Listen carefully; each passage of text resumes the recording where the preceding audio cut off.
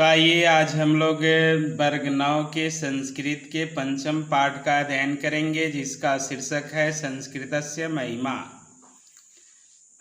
चलिए इसमें देखते हैं। दिया है गुरु शिष्य मध्ये संस्कृत कक्षायां संस्कृत भाषायाः महत्व विषये रोचकः संवादः पाठे अस्मिन् वर्तते। गुरु शिष्य के बीच में संस्कृत कक्षा में संस्कृत भाषा के महत्व के विषय में रोचक संवाद इस पाठ में दिया गया है। अनेन संवादेन छात्राणां ज्ञान वृद्धि जिज्ञासा च प्रवर्तते। इस संवाद से छात्रों में ज्ञान की वृद्धि और जिज्ञासा की वृद्धि होती है। संस्कृतस्य व्यापकत्वं शब्दरचना शक्तिम अन्य उपयोगम च दर्शयति पाठो अयम्। यह पाठ संस्कृत की व्यापकता, शब्द रचना शक्ति और अन्य उपयोग को दर्शाता है। चलिए देखें इस पाठ में क्या दिया है। दिया है संस्कृत शिक्षकः कक्षायां प्रविशति। संस्कृत शिक्षक कक्षा में प्रवेश करते हैं। छात्राः स्वस्थानम उत्थाय अभिवादनम कुर्वन्ति। छात्र अपने स्थान से उठकर के अभिवादन करते हैं। शिक्षक कहते हैं उपविशन्तु सर्वे अद्य संस्कृतस्य महत्वं कथयामि। कहते हैं कि आप सभी बैठ जाइए, आज मैं संस्कृत के महत्व को कहता हूँ। रमेश जो है एक छात्र है, उनसे कहता है रमेशः गुरुदेव अपि संस्कृतस्य अध्ययनं लाभकरम्। गुरुदेव क्या संस्कृत का अध्ययन लाभकर है? शिक्षक कहते हैं न जनासि वत्स संस्कृतम बिना न संस्कृति। शिक्षक कहते हैं कि नहीं जानते हो वत्स, संस्कृत के बिना संस्कृति नहीं होती। राजीव कहता है काम नाम संस्कृति। का नाम संस्कृति यानी संस्कृति क्या है? संस्कृति एवं आचारः विचारः भावनाः च सन्ति। शिक्षक महोदय बताते हैं कि संस्कृत में आचार विचार और भावना है। जत्र इमे भवन्ति तत्रैव संस्कृति है। जो ये सब जिसमें होती है वही संस्कृति है। पुष्कर कहता है कथयन्ति जना यत् इयं मृता भाषा। लोग कहते हैं कि यह मृत भाषा है।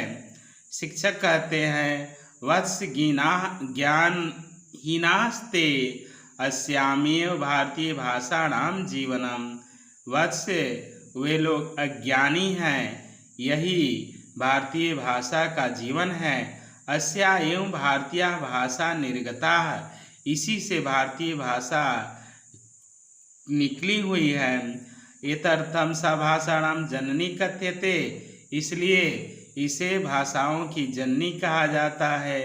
न इयं मृता भाषा, यह मृत भाषा नहीं है।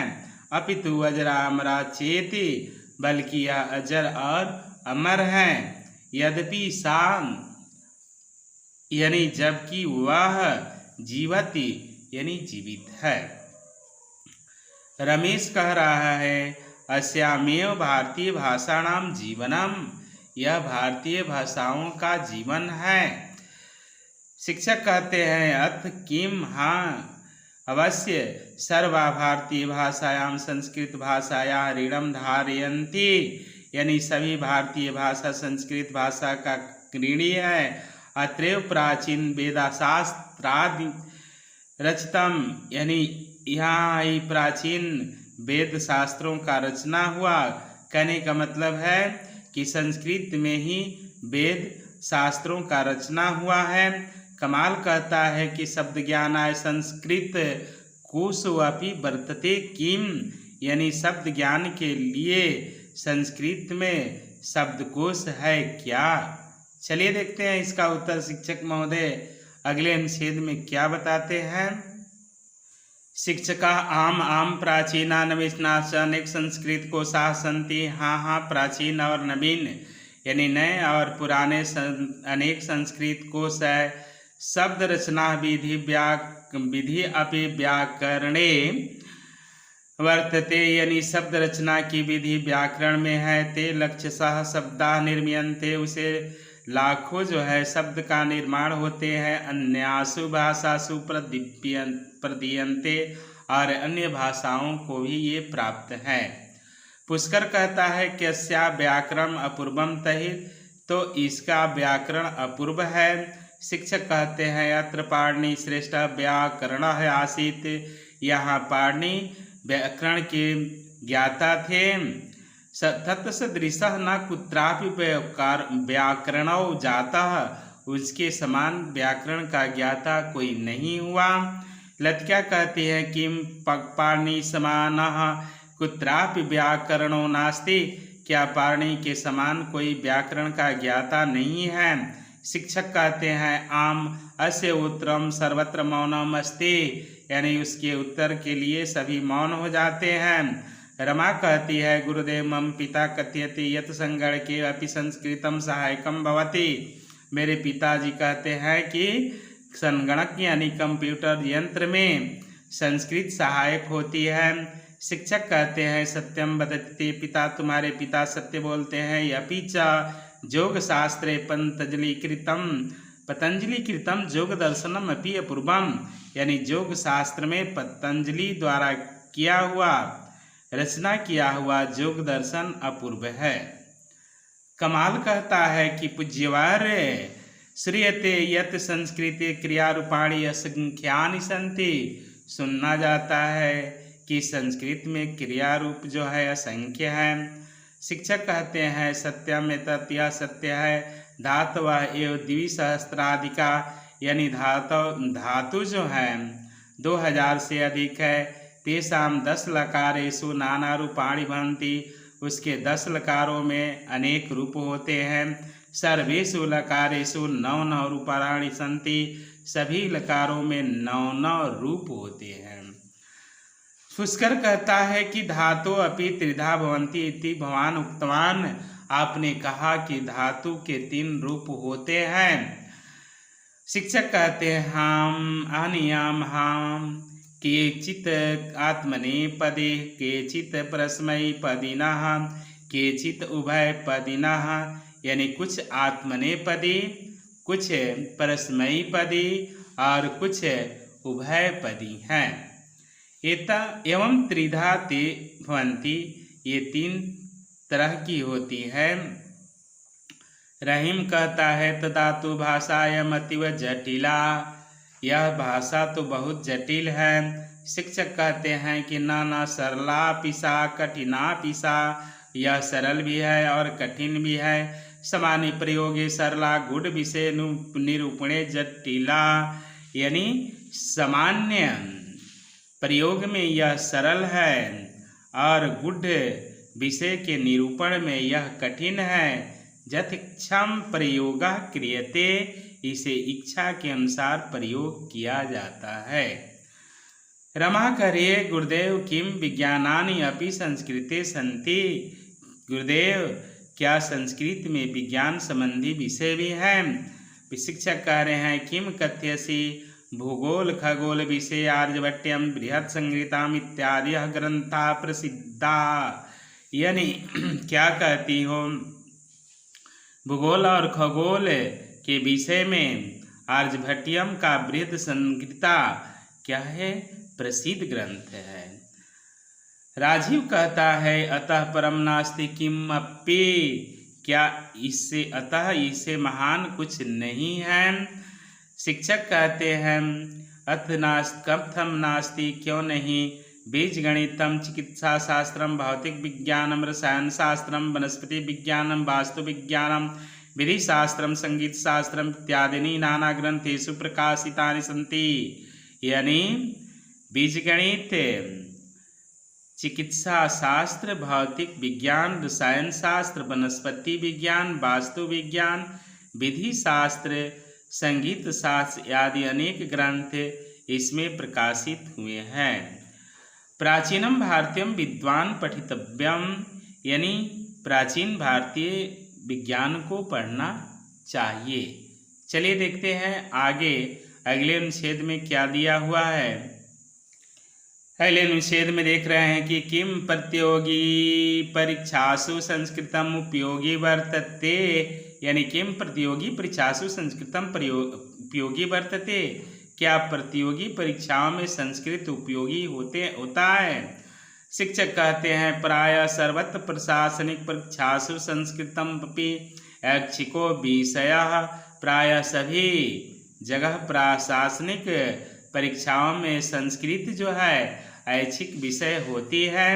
रहीम कहता है तदा तो यम अतीव उपयोगिनी भाषा, तब तो यह बहुत उपयोगी भाषा है।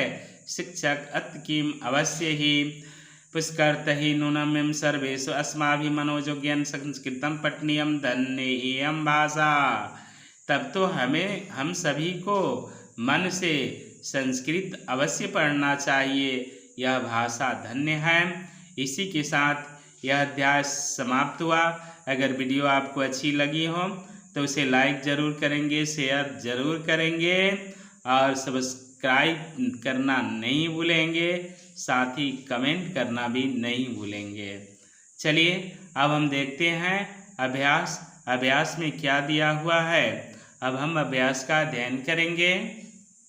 चलिए अभ्यास में देखते हैं। दिखा है मौखिकः, एक में दिया है एक पदेन उत्तरम वदत, उदाहरण राम बिना का नास्ति, यानी यह अयोध्या हुआ। उसी तरह से संस्कृतम बिना का नास्ति, यानी संस्कृति कस्य अध्ययनम आवश्यकम, यानी संस्कृतस्य संस्कृते के सन्ति, यानी आचारा विचारा भावनाश्च संस्कृते प्रति जनाम किम कथयन्ति। मृतभाषा कस्यां भाषायां वेदाः उपलभन्ते, संस्कृत भाषायां पाणिनि कस्मिन् शास्त्रे निपुणः, यानी पाणिनि व्याकरण शास्त्रे निपुणः, व्याकरण शास्त्र लिख देंगे। 2 नंबर में दिया है एक वाक्यन उत्तरम ददत, एक वाक्य में उत्तर देना है। दिया है कस्य भाषायां शब्द निर्माण पद्धति अस्ति, यानी संस्कृत भाषायां शब्द निर्माण पद्धति अस्ति। कस्या भाषायाः व्याकरणम अपूर्वम, संस्कृत भाषायाः व्याकरणम अपूर्वम अस्ति। चले आगे देखते हैं। दिया है संगीत रत्नाकरः कस्मिन् शास्त्रे ग्रंथः, संगीत रत्नाकरः संगीत शास्त्रे ग्रंथः अस्ति। धातवः कतिधा सन्ति, धातवः त्रिधाः नहीं, धातवः द्विसहस्राधिकाः सन्ति। आर्यभट्टः कस्य शास्त्रस्य ग्रंथकारः, आर्यभट्टः खगोल शास्त्रस्य ग्रंथकारः। अब चलिए देखते हैं लिखित दिया हुआ है। इसमें 1 नंबर में दिया है संधि विच्छेदम कुरुत, यानी संधि विच्छेद करें। दिया है पहला वर्तालापः, यानी वर्ताधन आलापः, नेयम न धन इयम इतर्थम एतद्धन अर्थम, अत्रैव अत्र धन एव विषयस्मिन्, यानी विषेधन अस्मिन्। 2 नंबर में दिया है अधोलिखित वाक्येषु रेखांकित पदानि आधृत्य प्रश्नान् च रच्यत, यानी रेखांकित पदों के आधार पर प्रश्न की रचना करना है।